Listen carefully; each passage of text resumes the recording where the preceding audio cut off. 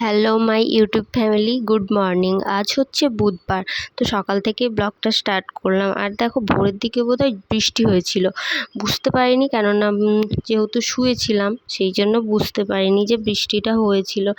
আর নিচে কিন্তু মোটামুটি কাজ সারা হয়ে গেছে, বাসন ধুয়ে সব কিছু মোছার হয়ে গেছে। এখন কাচাকুচি করে ছাদে মেলতে এসেছি। আর ছাদে মেলে দিয়ে যাওয়ার পর মানে ঘরটরগুলো মুছে নেব।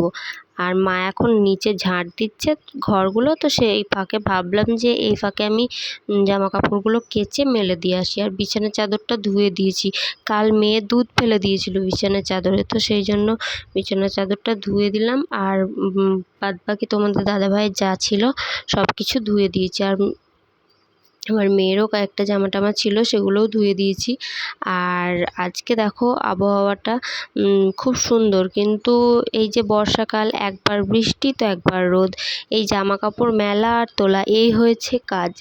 এই কাজ করতে করতেই সারাদিন কেটে যাচ্ছে, যে জামা কাপড় মেলো আর বৃষ্টি আসলে জামা কাপড় তোলো, আবার মানে রোদ্দুর হলে জামা কাপড় মেলো, এই হচ্ছে কাজ সারাদিনের। তো সব কিছু মেলে টেলে আর মা আজ পুজো দেবে, তো মা সকালবেলাতেই স্নান টান করে পুজো দিয়ে দেবে। আর আমি ঠাকুরের বাসনগুলো একটু ধুয়ে দিই, তারপর মা স্নান টান করে পুজো দিয়ে দেয়। আর সেই ফাঁকে আমি চা, মেয়ের দুধ গরম করে মেয়েকে খাইয়ে নিই। তারপর মায়ের পুজো হয়ে গেলে আমরা সবাই মিলে একসঙ্গে চা খাই। তো আজ না, মা প্রতিদিনই ভোরবেলায় ওঠে, তো ভোরবেলায় উঠে একটু হাঁটাহাঁটি করে, যেহেতু ডাক্তারে হাঁটতে বলেছে, তো সেই জন্য ভোরবেলায় উঠে হাঁটাহাঁটি করার পর একটু বসে আর ফুল তোলার পর একটু বসার পর তখন আমি উঠি, তারপর দুজন মিলে একসঙ্গে কাজ করতে শুরু করি। আর আমি প্রচণ্ড লেট করে ঘুম থেকে উঠি, কেননা আমার ঘুম থেকে উঠতে 6:30 বেজে যায়। তো 6:30 মানে এখন বিশাল ব্যাপার, কেননা 6:30 সময় এখন অনেক রোদ্দুর উঠে যায়। আমার শ্বশুরমশাই দোকানও খুলে ফেলে, মানে আমার শ্বশুরমশাই ভোরবেলায় ওঠে, মানে এটা ওনার আগের অভ্যাস। তো উনি ভোরবেলায় উঠে তারপর কয়েক পাক, মানে আমাদের যে মাঠটা আছে মাঠে কয়েক পাক ঘোরে, হাঁটে। তো হাঁটার পর বাড়ি এসে রাস্তার মানে দোকানের সামনেটা ঝাড় দেয়, তারপরে দোকানের সামনেটা জল দিয়ে ধুয়ে তারপর জামা টামা যেগুলো পরে হাঁটে সেগুলোও ধুয়ে মেলে দেয়, তারপর দোকান খোলে। তো দোকান খোলার আগে আবার ছাদে এসে পাখিকে খেতে দেয়। তো তারপর দোকান খোলার পর আমি উঠি, মানে দোকান খোলার আওয়াজ পাওয়ার পরই কিন্তু আমি উঠি।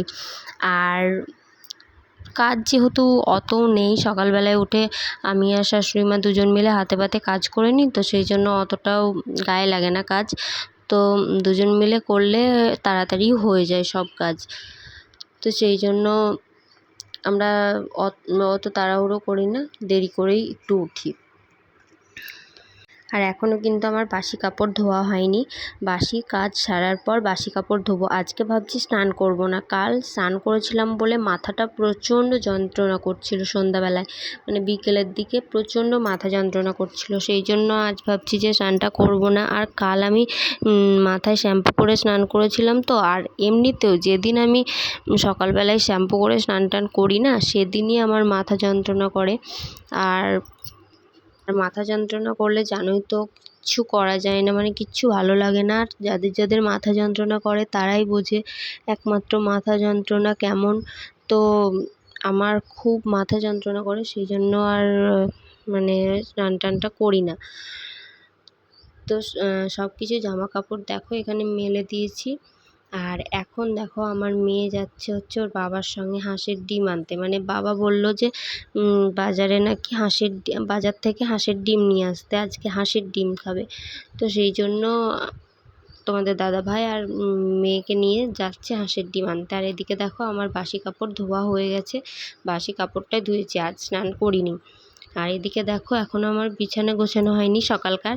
আর মেয়ে বিছানা গোছানো না হতেই খাটের মধ্যে বসে পড়েছে, বইপত্র ছিটিয়ে কী অবস্থা দেখো। ও নাকি পড়া করছে হাট্টিমাটিম টিম।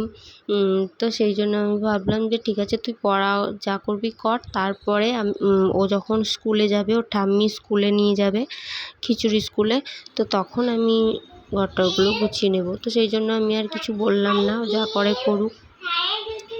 আর এদিকে দেখো ও বই নিয়ে কত রকম কবিতা বলছে, আর অ আ 1 2 সব কিছুই বলছে। হ্যাঁ,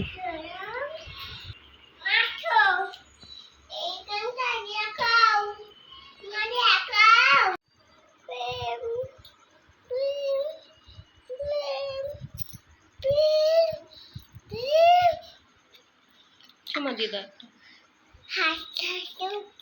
চুমা দিয়ে দাও একটা, চুমা দাও, চুমা চুমা চুমা দাও।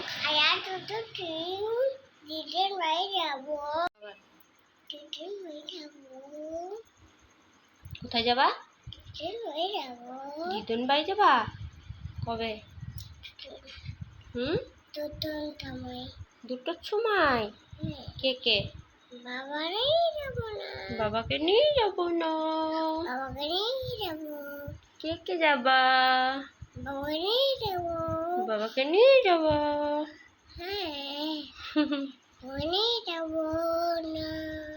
টাটা করে দাও, টাটা করে দাও, হাম দিয়ে দাও একটা।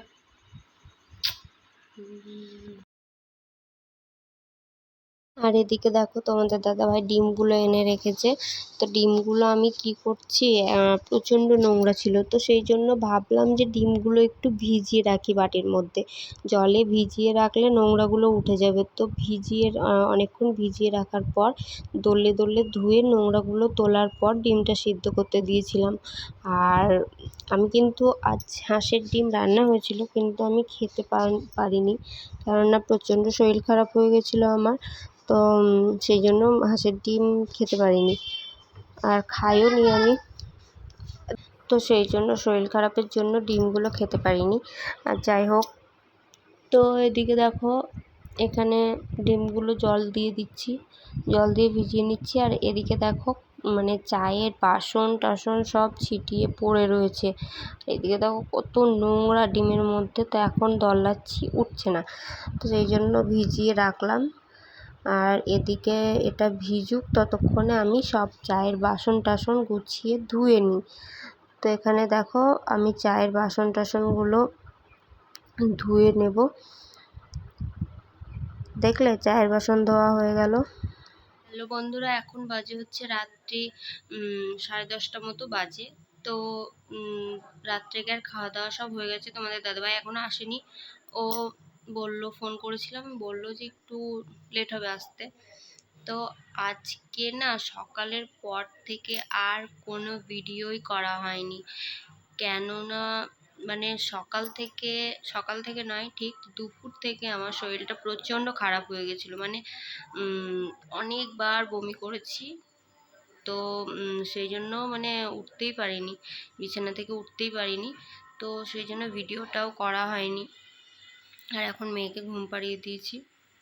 আর সেই জন্য ভাবলাম যে এখন একটু শরীরটা সুস্থ আছে, কেননা সকালবেলায় খেয়েছিলাম, তারপর দুপুরের দিকে সব বমি করে তুলে ফেলেছিলাম। আবার দুপুরে আর কিছু খাইনি, দুপুরে আমি উঠতেই পারিনি।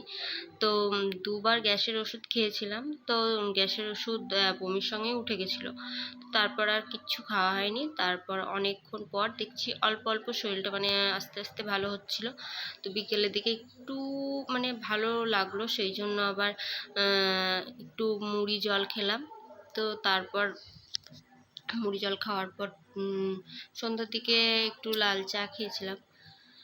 তো তারপর শুয়েই ছিলাম, মানে এই শাড়িটা পরেই দু একটা রিলস বানিয়েছিলাম। তো ইচ্ছা করছিল না, তাও রিলস পোস্ট না করলে এমনিতেই ভিউজ কমে গেছে আমার। তো সেই জন্য রিলস কয়েকটা মানে পোস্ট করলাম। তারপর এখন হচ্ছে রাত্রে 10:30। তো তোমাদের সঙ্গে একটু কথা বলতে আসলাম। তো তোমাদের দাদাভাই এখনই চলে আসবে, তো তারপর ওকে খেতে দিয়ে আমি ঘুমিয়ে পড়বো। আর আমি অল্প একটু মুড়ি আর জল আবার একটু খেলাম, কেননা এখনও ঠিকঠাকভাবে শরীরটা ভালো হয়নি। তো কালকে কি হবে জানি না, আশা করছি শরীর ভালো হয়ে যাবে। তো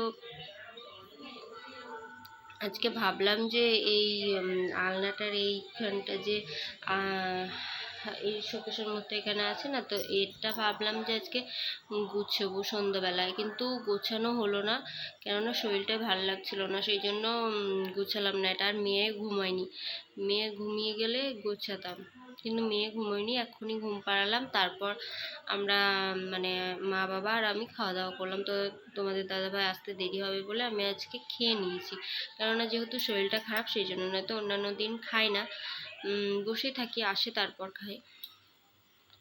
তো চলো বেশি বকবক করবো না, আজকের ভিডিওটা তোমাদের কেমন লাগলো অবশ্যই কমেন্টে জানিও, আর ভালো লাগলে লাইক কমেন্ট শেয়ার করে দিও, আর আমার পাশে থেকো, আর আমার চ্যানেলটিকে সাবস্ক্রাইব করে দিও। তো আজকের মতো টাটা, সবাইকে গুড নাইট, সবাই ভালো থেকো, সুস্থ থেকো।